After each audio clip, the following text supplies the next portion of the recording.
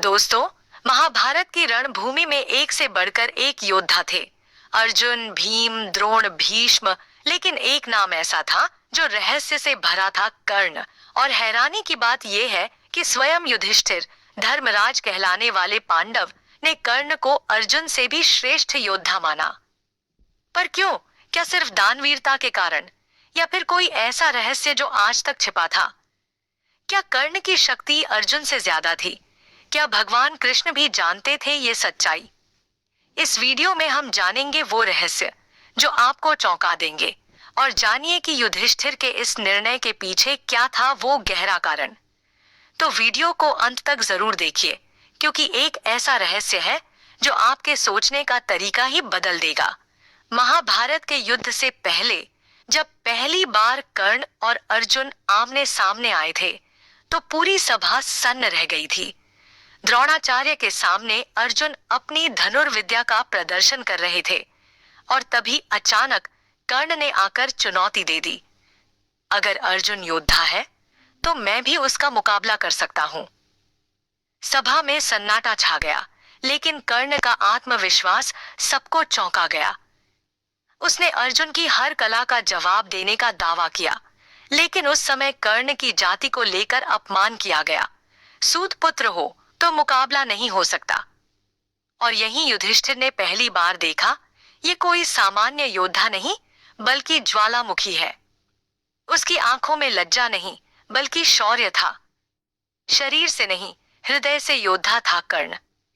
युधिष्ठिर समझ गए, जो अपमान सहकर भी युद्ध की आग में तपे, वो ही असली योद्धा होता है।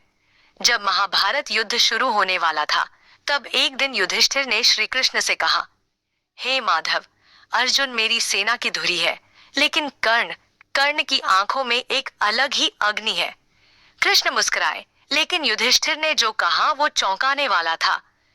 कर्ण सूर्य के समान तेजस्वी है। अर्जुन की विद्या गुरुओं से है, लेकिन कर्ण की विद्या उसकी तपस्या से है।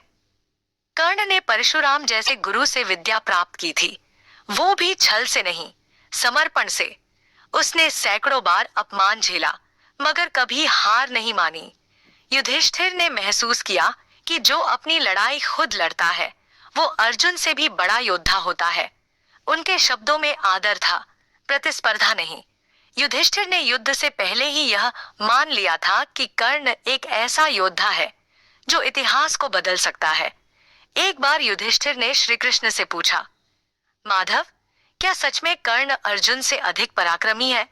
कृष्ण मुस्कुराए, फिर गंभीर होते हुए बोले, युधिष्ठिर, कर्ण का जीवन एक तपस्या है, जिसे हर मोड़ पर केवल त्याग, अपमान और पीड़ा मिली हो, और फिर भी वह असाधारण बना हो, उसका मूल्य आंकना कठिन है। कृष्ण ने आगे कहा, अर्जुन ने कभी भूखा पेट नहीं लड़ा, लेकिन कर्ण ने भूख, अपमान और अकेलेपन को हराया है। अर्जुन को मैंने मार्ग दिखाया है, लेकिन कर्ण ने अपने मार्ग खुद बनाए हैं। युधिष्ठिर मौन हो गए। वो समझ चुके थे, कर्ण केवल योद्धा नहीं, एक ज्वालामुखी है। कृष्ण ने उस दिन कर्ण को श्रेष्ठ न सही, लेकिन अद्वितीय अवश्य कहा। और यही मौन युधिष्ठिर के मन में कर्ण के प्रति आदर का बीज बन गया। कुरुक्षेत्र का युद्ध भयंकर रूप ले चुका था। कर्ण की सेना पांडवों पर भारी पड़ रही थी। एक रात युधिष्ठिर अपने शिविर में बैठे थे, चुपचाप। नकुल ने पूछा, भैया, आप इतने चिंतित क्यों हैं? युधिष्ठिर ने गहरी सांस ली और कहा, कर्ण को हराना आसान नहीं है, क्योंकि वो सिर्फ युद्ध नहीं लड़ रहा, वो अपने जीवन की हर पीड़ा का बदला ले रहा है। उन्होंने आगे कहा, धनुष चलाना अर्जुन की कला है, लेकिन कर्ण ने जो सहा है वो योग है, तपस्या है। अर्जुन गुरु के आशीर्वाद से चला है, लेकिन कर्ण ने अपमान के अंगारों पर चलकर अपने अस्त्र शस्त्र कमाए हैं। युधिष्ठिर ने पहली बार स्वीकारा कि कर्ण में एक अलग ही आत्मबल है, जो उसे सिर्फ योद्धा नहीं, महायोद्धा बनाता है।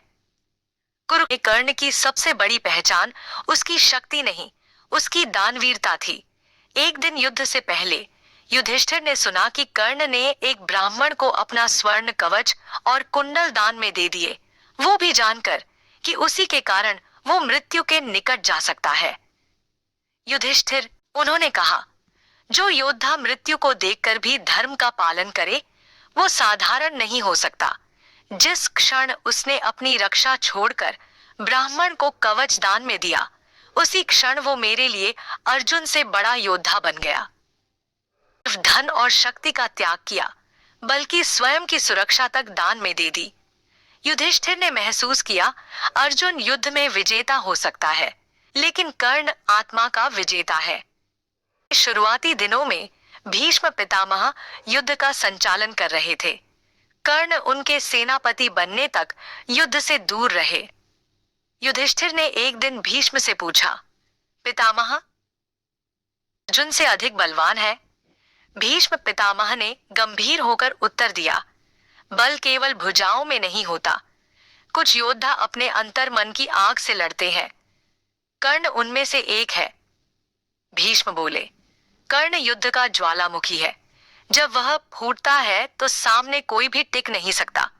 उसके शस्त्रों में गहराई नहीं, आग है। युधिष्ठिर इस उत्तर से विचलित हो गए। उन्हें यह स्पष्ट होने लगा कि कर्ण के युद्ध का आधार बदला नहीं, आत्मगौरव था। भीष्म के इन शब्दों ने युधिष्ठिर के मन में कर्ण के लिए एक नया आदर उत्पन्न किया। जिसे खुद विरोधी सेनापति भी स्वीकारे, वह योद्धा साधारण नहीं हो सकता। जब कर्ण कुरुक्षेत्र की भूमि पर घायल होकर अंतिम सांसें ले रहे थे, तब वो क्षण केवल युद्ध नहीं, विराट वेदना का था। कृष्ण के आदेश पर अर्जुन ने वह घातक बाण चलाया था, और कर्ण जो युद्ध भूमि में सूर्य की तरह चमक रहा था, धरती से चिपक गया। युधिष्ठिर उस समय मौन थे, लेकिन जब उन्होंने कर्ण का शांत चेहरा देखा, उनकी आंखों से अश्रुधारा बह निकली। उन्होंने कहा, जिसने जीवन भर सिर्फ लड़ा, समाज से, भाग्य से, अपमान से, उसका अंत भी एक छल से हुआ। उसी क्षण युधिष्ठिर को वह रहस्य ज्ञात हुआ, कर्ण उनके सगे भाई थे। और फिर उन्होंने कहा, मैंने जीवन में केवल धर्म निभाया, लेकिन कर्ण ने धर्म को जिया। आज मुझे लगता है अर्जुन योद्धा है, पर कर्ण मृत्यु से भी बड़ा योद्धा है। यह शब्द युधिष्ठिर के नहीं, एक बड़े भाई के पछतावे थे। कर्ण की मृत्यु के बाद युद्ध तो आगे बढ़ा, लेकिन युधिष्ठिर का मन वहीं ठहर गया। जब श्री कृष्ण ने उन्हें बताया कि कर्ण आपके बड़े भाई थे, तो जैसे उनके भीतर का पूरा विश्वास टूट गया। वे रो पड़े और बोले, जिसे हमने अपना शत्रु समझा, वो तो हमारा रक्त था, और शायद अर्जुन से कहीं अधिक धर्मात्मा भी। फिर उन्होंने सभी पांडवों को बुलाया और कहा, आज से कर्ण के लिए कोई अपशब्द नहीं। वह हमारे शत्रु नहीं, हमारे कुल का गौरव था। मैं घोषणा करता हूँ, युद्ध भूमि में यदि किसी ने सच्चा धर्म निभाया है, तो वह कर्ण है। यह युधिष्ठिर का एक ऐसा निर्णय था जिसने पूरे महाभारत को नया दृष्टिकोण दिया। कर्ण अब केवल एक योद्धा नहीं, एक आदर्श बन चुका था। महाभारत युद्ध समाप्त हो चुका था, समय बीत गया, और जब युधिष्ठिर धर्मराज बनकर स्वर्ग पहुंचे, तो उन्होंने वहां एक दिव्य तेज देखा, ऐसा तेज जो अर्जुन, भीष्म या द्रोण का भी नहीं था। उन्होंने पूछा, ये कौन है जिसकी आभा सूर्य से भी अधिक दमक रही है? इंद्र ने मुस्कुराकर उत्तर दिया, यह वही कर्ण है जिसे तुमने मृत्यु के बाद भी हृदय से सम्मान दिया था, जिसने जीवन भर अपने धर्म को बिना किसी स्वार्थ के निभाया, जिसने दान में स्वयं को दे दिया और युद्ध में अपने वचन को। युधिष्ठिर नतमस्तक हो गए। उन्होंने हाथ जोड़कर कहा, मैंने युद्ध भूमि में एक योद्धा को समझा, पर वह तो दिव्य आत्मा थी। स्वर्ग में भी कर्ण की आत्मा को वह स्थान मिला जो केवल तपस्वियों और त्यागियों को मिलता है। युधिष्ठिर अब न केवल कर्ण के भाई थे, बल्कि उसके सबसे बड़े श्रद्धालु भी बन चुके थे। दोस्तों, कर्ण ने अपने जीवन से जो सिखाया, संघर्ष में भी धर्म, अपमान में भी समर्पण और शक्ति में भी विनम्रता, वो किसी ग्रंथ से कम नहीं। युधिष्ठिर ने आखिर में स्वीकार किया कि अर्जुन की विजय हो सकती है, पर कर्ण की पराजय भी विजय से बड़ी थी। जो युद्ध हार कर भी लाखों हृदय जीत ले, वही सच्चा योद्धा होता है। इस जानकारी से हम सीखते हैं, प्रतिभा केवल गुरु या कुल में नहीं होती, बल्कि तप, त्याग और आत्म गौरव में बसती है। कर्ण ने यही सिद्ध किया और युधिष्ठिर ने इसे स्वीकार कर उसे अमरत्व दे दिया।